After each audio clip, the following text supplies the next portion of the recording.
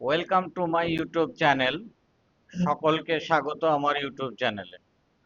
আজ আমি তোমাদের সাথে যেটা আলোচনা করব সেটা হলো যে সামনেই পশ্চিমবঙ্গ গ্রাম পঞ্চায়েতের যে পরীক্ষা হবে তার নোটিফিকেশন খুবই দ্রুত আমরা আশা করছি বেরোবে, এবং এক্সামও হয়তো ডিসেম্বরের মধ্যেই হবে। এভাবেই আমাদের কাছে খবরাখবর আছে। তোমরা সকলেই জানো যে এভাবে আমরা দেখছি বিভিন্ন বিল টিল পাস হচ্ছে পশ্চিমবঙ্গ পঞ্চায়েত রিলেটেড। তাই এক্সাম খুব দ্রুতই নেবে। আমরা সেই এক্সাম যে ক্র্যাক করার জন্য তার প্রস্তুতি এখন থেকেই নেব। এখনই হচ্ছে মূল সময়, যে সময়ে আমরা পরীক্ষার প্রস্তুতি শুরু করতে পারি। তা পরীক্ষার প্রস্তুতির জন্য আমাদের যেটা দরকার সেটা হচ্ছে সিলেবাসটা খুব ভালোভাবে জানা দরকার। কারণ সিলেবাস না জানলে তুমি তো এটা বুঝতে পারবে না কোন জায়গাগুলো থেকে আমাকে পড়তে হবে, অর্থাৎ কোন কোন সাবজেক্ট থেকে প্রশ্ন আসবে, কোন কোন সাবজেক্টের টপিকগুলো কোন রেডি করতে হবে, এবং কি ধরনের প্রশ্ন আসবে, কোন সাবজেক্ট থেকে কত মার্কসের প্রশ্ন আসবে, এগুলো নিয়ে পুরো বিস্তারিত আমরা এই ভিডিওতে আলোচনা করব। চলো শুরু করা যাক। এই সমস্ত কিছু ইনফরমেশনের জন্য প্রথম থেকে শেষ পর্যন্ত ভিডিওটা থাকতে থাকো, ভিডিওটা দেখতে থাকো, আমি পুরোপুরিভাবে ডিসকাস করব। পশ্চিমবঙ্গ গ্রাম পঞ্চায়েত পরীক্ষার সম্পূর্ণ সিলেবাস এবং পরীক্ষার পদ্ধতি নিয়ে আমরা আলোচনা করছি। সেখানে আমরা প্রথমেই দেখছি সিলেবাস বলতে প্রথমে বাংলা। বাংলায় কি আছে, কোন কোন জায়গা থেকে প্রশ্ন আসবে, বাংলা কত নাম্বার প্রশ্ন আসবে। বাংলা থেকে 25 নম্বরের প্রশ্ন আসবে, এবং যে সেই 25 নম্বর, 25টা কোশ্চেন কিন্তু এমসিকিউ প্যাটার্নে আসবে। অর্থাৎ 25টাই কিন্তু প্রশ্ন থাকবে এবং 25 নাম্বার। সেখানে কি কি সাব টপিক আমাদের পড়তে হবে? বাংলা ব্যাকরণ পড়তে হবে। ব্যাকরণের জন্য কোন বই সব থেকে বেশি মোটামুটি ভালো, যে বইগুলো থেকে প্রশ্ন আসবে সেটা নিয়ে আমরা পরবর্তীকালে ভিডিও করে আবার বলবো যে কোন বইগুলো পড়তে হবে। সন্ধি এবং সমাস, এটা একটা গুরুত্বপূর্ণ। দেন হচ্ছে কারক আর বিভক্তি, এটা বাংলা ব্যাকরণের পার্ট। বাগধারা এবং প্রবাদ বাক্য, প্রতিশব্দ বলতে প্রতিশব্দ বলতে তার মানে, এবং বিপরীত শব্দ বলতে তার অপোজিট যেটা। অর্থাৎ এখানে তোমার কিন্তু যেটা ইংরেজিতে সিনোনিমস অ্যান্টোনিমস পড়ো, সেখানে সব প্রতিশব্দ বিপরীত শব্দ পড়ো। শুদ্ধ বানান, অর্থাৎ যেটা ইংরেজিতে স্পেলিং টেস্ট পড়ো। বাক্য এবং সংশোধন করা, অর্থাৎ কোনো একটা বাক্য দিয়ে দেবে, সেই জায়গাটায় হয়তো কোনো একটা জায়গায় ভুল থাকবে, সেটা সংশোধন করা। তবে কোনো কিছু লিখতে হবে না, সেগুলো সবই এমসিকিউ প্যাটার্নে থাকবে, 4টে অপশন থাকবে, তার মধ্যেই ক্লিক করতে হবে। বাংলা সাহিত্য থেকে কিছু প্রশ্ন থাকবে। অর্থাৎ এই যে টপিক গুলো বললাম সব মিলিয়েই 25টা প্রশ্ন থাকবে, এবং 25টা প্রশ্ন প্রত্যেকটা কোশ্চেনে 1 নাম্বার করে থাকবে, 25 নাম্বার। মোটামুটি ভাবে আমরা চেষ্টা করবো এমন আমাদের স্ট্র্যাটেজি তৈরি করা যাতে এই 25-এর মধ্যে 20+ আমরা তুলতে পারি। নেক্সট, তারপরে পরবর্তী সাবজেক্ট হিসাবে আমরা দেখবো যে ইংরেজি। ইংলিশে কি কি আছে, ইংলিশে কত মার্কস আসবে? ইংলিশ থেকেও 25 মার্কস আসবে। তাহলে ইংরেজিতে কি কি করতে হবে? যা যা আমরা ইংরেজিতে 25 নম্বর কিন্তু এমসিকিউ।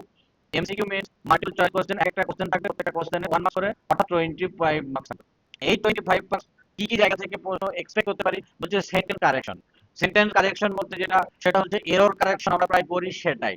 অর্থাৎ একটা বাক্যে কোনো ভুল থাকবে, সেটা হয়তো টেন্সে ভুল থাকতে পারে, সাথে যে কোনো কিছু একটা সিনট্যাক্সে ভুল থাকতে পারে, সেটাকে কারেকশন করতে হবে। বা কোথায় এরর আছে সেই নিয়ে 4টে অপশন আছে, একটা অপশন তার মধ্যে তোমার সঠিক উত্তর হবে, সেটা কি করতে হবে, বা ওএমআর এ ফিল আপ করতে হবে, যেহেতু ওএমআর বেস পরীক্ষা।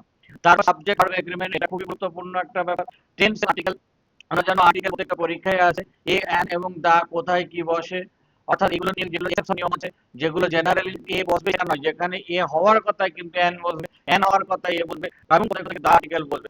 আবার টেন্সের ক্ষেত্রে হয় প্রেজেন্ট, পাস্ট এবং ফিউচার টেন্সের জায়গাগুলো থেকে তোমাকে সেন্টেন্স দেবে, যেখানে এরর থাকবে সেটা তোমাকে এই সেন্টেন্স কারেকশনের মতো করেই করতে হবে। তারপর প্রিপোজিশন এবং সিনোনিমস। আমরা একটু আগে বাংলার সিলেবাস দেখলাম, যেখানে সিনোনিমস এবং অ্যান্টোনিমস এর জায়গায় কি ছিল? বাংলাতে প্রতিশব্দ বিপরীত শব্দ। এখানে কি আছে না, সিনোনিমস এবং অ্যান্টোনিমস একই জিনিস, ওটা বাংলা এটা ইংরেজিতে। তারপর ইডিয়মস এবং ফ্রেজেস, এটা সমস্ত পরীক্ষাতে, অর্থাৎ যে যে পরীক্ষাতে অবজেক্টিভ ইংরেজি থাকে সেখানে সেখানে কিন্তু ইডিয়মস, ফ্রেজ, সিনোনিমস, অ্যান্টোনিমস এগুলো জিজ্ঞেস করে। ভয়েস ন্যারেশন, এটা গ্রামারে খুব গুরুত্বপূর্ণ পার্ট। ভয়েস চেঞ্জ, অর্থাৎ অ্যাক্টিভে থাকবে, ভয়ে প্যাসিভে, অর্থাৎ প্যাসিভে থাকলে অ্যাক্টিভে করতে বললো। ন্যারেশন চেঞ্জ, ডাইরেক্ট স্পিচ থেকে ইনডাইরেক্ট, ইনডাইরেক্ট স্পিচ থেকে ডাইরেক্ট স্পিচ। এছাড়া আছে ওয়ান ওয়ার্ড সাবস্টিটিউশন, অর্থাৎ একটা পুরো সেন্টেন্সটাকে এক কথায় প্রকাশ কিভাবে করব, এরকম কিছু লিস্ট আমাকে বলে দিতে হবে মোস্ট ইম্পর্টেন্ট। এগুলো আমাদের চ্যানেলেই পরবর্তীকালে সব ধীরে ধীরে আপলোড করা হবে এবং কমপ্লিট প্রিপারেশন আমরা এখান থেকেই শুরু করব। নেক্সট চ্যাপ্টার দেখি, তাহলে হচ্ছে আমরা দেখব অঙ্ক। অঙ্কতে মূলত পাটিগণিতই আসে, তবে তো মানে পরিমিতি বা মেনসুরেশনও আসে। তবে আমরা এখানে যে চ্যাপ্টারগুলো লিখেছি 25টা কোশ্চেনের মধ্যে ম্যাক্সিমাম কোশ্চেন এখান থেকেই আসবে। যেমন নাম্বার সিস্টেম বা সংখ্যা তত্ত্ব, এখানে একাধিক প্রশ্ন আসে। যে কোনো পরীক্ষায় 25টা ম্যাথের কোশ্চেন থাকলে 2 থেকে 3টে এমনিই সংখ্যা তত্ত্ব বা নাম্বার সিস্টেম থেকে আসে। সেই হিসাবে এই নাম্বার সিস্টেমটা খুব গুরুত্বপূর্ণ, এবং নাম্বার সিস্টেম শুধু একটা চ্যাপ্টার নয়, এখান থেকে তুমি যে নাম্বার নলেজ শিখবে সেগুলো অন্যান্য চ্যাপ্টারেও কিন্তু প্রয়োগ হবে, অর্থাৎ নাম্বার সিস্টেম খুব গুরুত্বপূর্ণ। নেক্সট তারপরে কি আছে, লসাগু এবং গসাগু, তারপর সরলীকরণ বা সিম্পলিফিকেশন। এই সিম্পলিফিকেশন কিন্তু প্রত্যেকটা পরীক্ষাতেই খুব ইম্পর্টেন্ট সিম্পলিফিকেশন, অর্থাৎ এই সরলীকরণ। সেখানে তোমাকে জেনারেল কিছু নিয়ম যদি তুমি করো, দেখা গেল সলভ করতে গেলে অনেক বড় হচ্ছে, সেখানে কিছু একটা স্পেসিফিক বা একটা ট্রিক্স তোমাকে শিখতে হবে যাতে খুব দ্রুত এটা সিম্পলিফাই করা যাবে। যেমন বদমাস রুলস বলো, তাছাড়াও বড় বড় কিছু অঙ্ক যেখানে ক্যালকুলেশন তুমি জেনারেলি করতে গেলে হয়তো অঙ্কের উত্তর মেলানো খুব চাপ হবে, অথবা হয়তো অনেক লেন্দি হবে, সেগুলো ট্রিক্স তোমাকে শিখে যেতে হবে। দেন আমরা অনুপাত এবং সমানুপাতের অঙ্ক দেখবো, অনুপাত সমানুপাত, তারপর লাভ এবং ক্ষতি, বয়স সংক্রান্ত সমস্যা এবং গড়। এই গড় এবং বয়স সংক্রান্ত সমস্যা দেখবে একে অপরের সঙ্গে মানে সম্পর্কিত চ্যাপ্টার।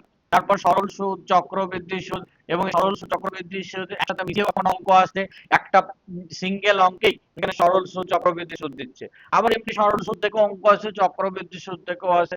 আবার সরল সুদ চক্রবৃদ্ধি সুদ থেকে কাজে গিয়ে মানে এই ফাংশনটাকে কাজে লাগিয়ে তোমাকে ইনস্টলমেন্টের অঙ্ক জিজ্ঞেস করে, ইনস্টলমেন্ট বলতে যে ইএমআই অঙ্ক তোমাকে অনেক সময় এখানে জিজ্ঞেস করে। তারপর সময় এবং কাজ, সময় এবং কাজের সঙ্গে ওতপ্রোতভাবে যুক্ত, সেটা হচ্ছে নল এবং চৌবাচ্চা। নল এবং চৌবাচ্চার অঙ্ক কিন্তু একই থিওরিতে একই রকমই হবে। দেন তারপর আমরা কি করবো, দূরত্ব, গতিবেগ এবং সময়, এর সাথে নদীর মানে মানে নদীর স্রোত এবং নৌকার বেগ, এটাও কিন্তু খুব একই রকম ভাবে হবে এবং গুরুত্বপূর্ণ চ্যাপ্টার। তারপর শতকরা, পরিমাপ বলতে গেলে পরিমিতি বা মেজারমেন্ট। এবার এই ধারাগুলো থাকে যে ত্রিকোণমিতি, তারপর বীজগণিত, এগুলো জেনারেলি খুব কম আসে, তো এই চ্যাপ্টার গুলো থেকেই বেশি প্রশ্ন আসবে, এগুলোকে খুব ভালোভাবে আগে রেডি করো। দেন তারপরে অন্যান্য কিছু চ্যাপ্টার থেকে কিছু দেখা হবে। তবে মূলত এই চ্যাপ্টার গুলো দেখলেই কিন্তু আউট অফ 25 মার্কস তোলাই যায়।